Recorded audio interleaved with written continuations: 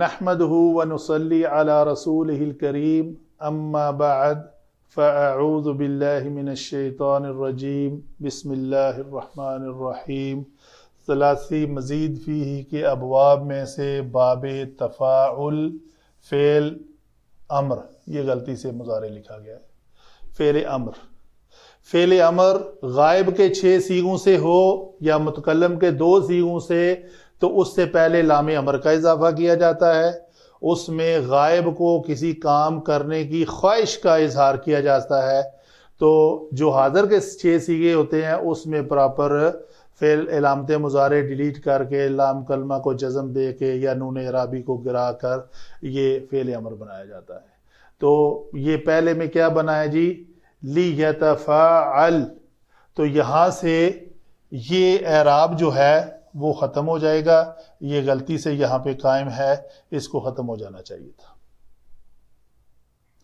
لیتفاعلان میں یہ نون ختم ہو جائے گا، یہ لفظ رہ جائے گا لیتفاعلا۔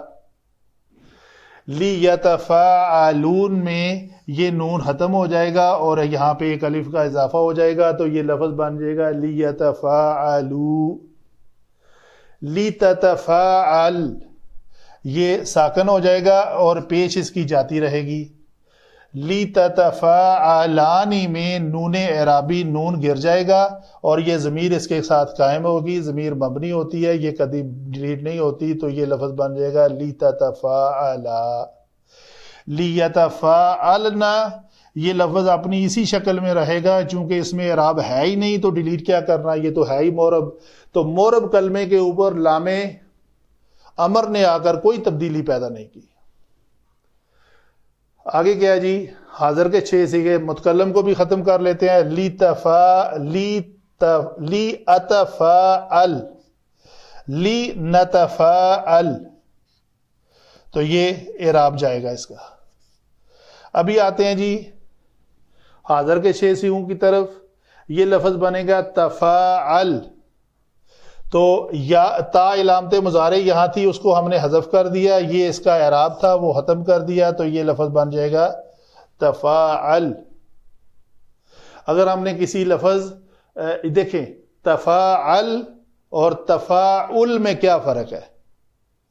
الہاکم التکاثر، مال کی کثرت اسم ہے، نے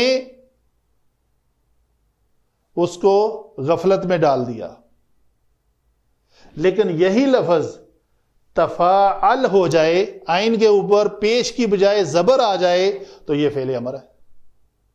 تکاثر، تو کثرت سے کام کر، تو فعل امر بن گیا۔ تکاثر، تفاعلا، نون گر جائے گا، یہ فعل امر بن گیا۔ یہ اصل میں کیا تھا؟ اس کے ساتھ تا علامت مضارع تھی جو ہم نے گرا دی، تو یہ لفظ تفاعلون سے تفاعلو بن گیا۔ تفاعلی سے نون اعرابی گر گیا، تو یہ لفظ بن گیا تفاعلی، تفاعلا، تفاعلنا۔